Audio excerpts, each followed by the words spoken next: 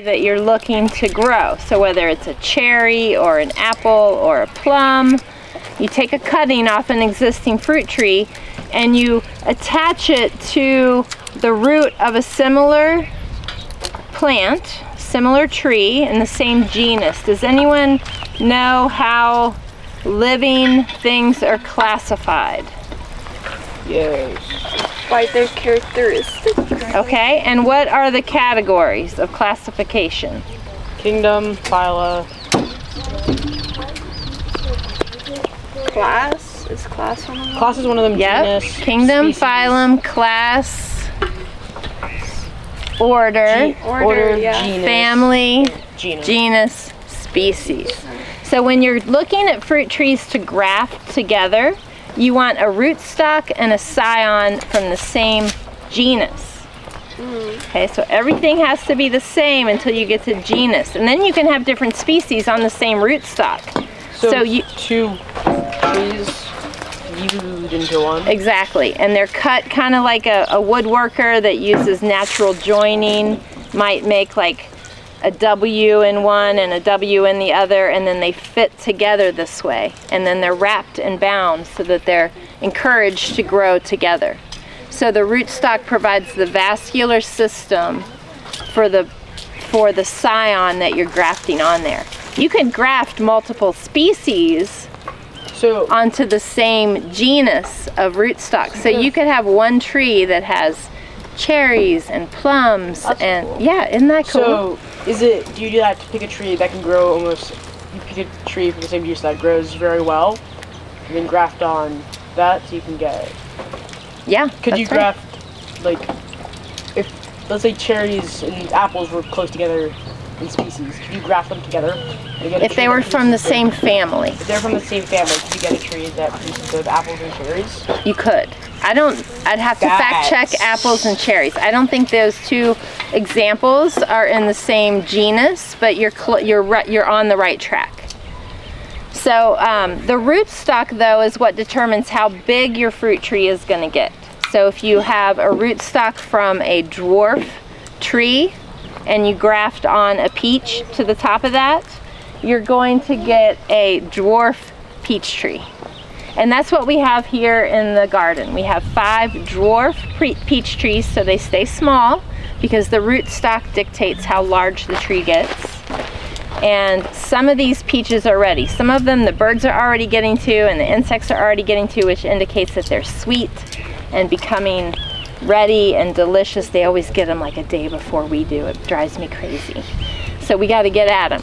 I have a couple of boxes over here. If you find one that a bird has pecked into, but it's still, like at least half of it's good, I can take that, cut out the pecked in part that the bird or the insect has eaten into a little bit, save the half that's a good part, and make really good jellies and jams with that part. And if you went to a big orchard and you said, I want a box of seconds, that's what they're going to give you. They're going to give you the ones that are imperfect, that have one little insect hole, or they're bruised because they fell to the ground and they're not, the perfect thing that most people want to eat at their table, right? So that's an inexpensive way. You can go to an orchard and say, do you have any seconds if you like to make your own jams and jellies at home? And they'll sell you a box of seconds for much less than you would if you were picking all the most perfect fruits to have at your table in your fruit basket, right? You want the most beautiful ones in your fruit basket at your table. A lot of food is wasted because it's... A lot of food is wasted. They say Americans throw away 40% of the food we purchase. So if you buy $100 worth of food, that means you throw away how many dollars worth of food? 40.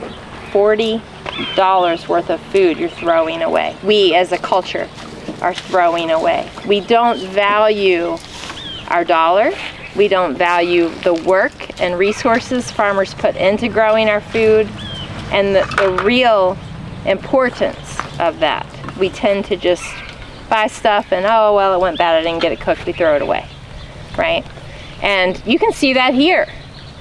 How, when you guys are done with your lunch, what do you do with the leftovers?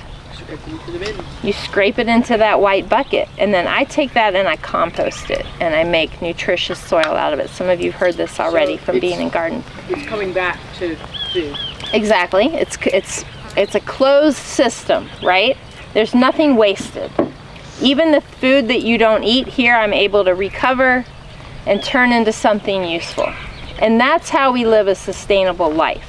We don't have waste that can't be recovered, like in our landfills. There's a lot of waste in our landfills that we can't recover. Well, you could go, I have this theory that at some point in human existence, we're gonna actually be mining our landfills for materials that we've used previously and wasted and now run out of.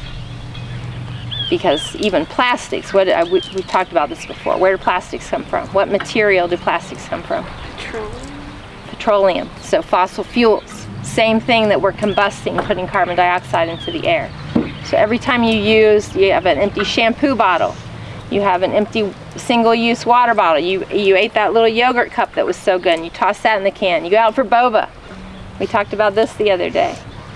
They say, by the way, boba has one of the highest plastic contents of any foods you can consume, because those little bubbles, they come in a big plastic bag that they just cook the whole plastic bag.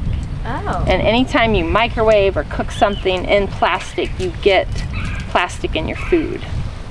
So they say humans eat a credit card's worth of plastic every week. I keep preaching this, but it's the truth, and that it's I'm eating plastic. ubiquitous in our body and in our environment. We can't avoid it any longer. But you can prevent it from the future by making better choices. What if plastic is good for you though? Like, It's not.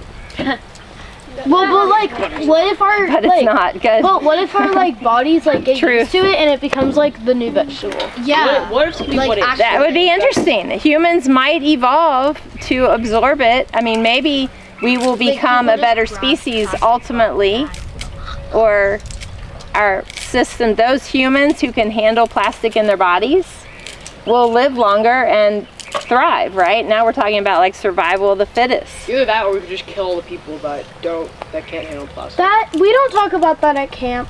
Sorry. Well, if your body can't handle plastic, you're thrown out of balance.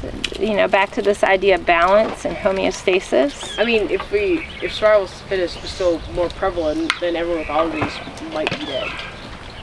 You're less fit, right? You're less healthy. So there are a lot of factors in what that. is this? It's really interesting. That is an old onion flower from the Egyptian walking onion. So that gets heavy, and it's what all these are. You can see the flower tips on there. Those get heavy and fall down to the ground and replant themselves.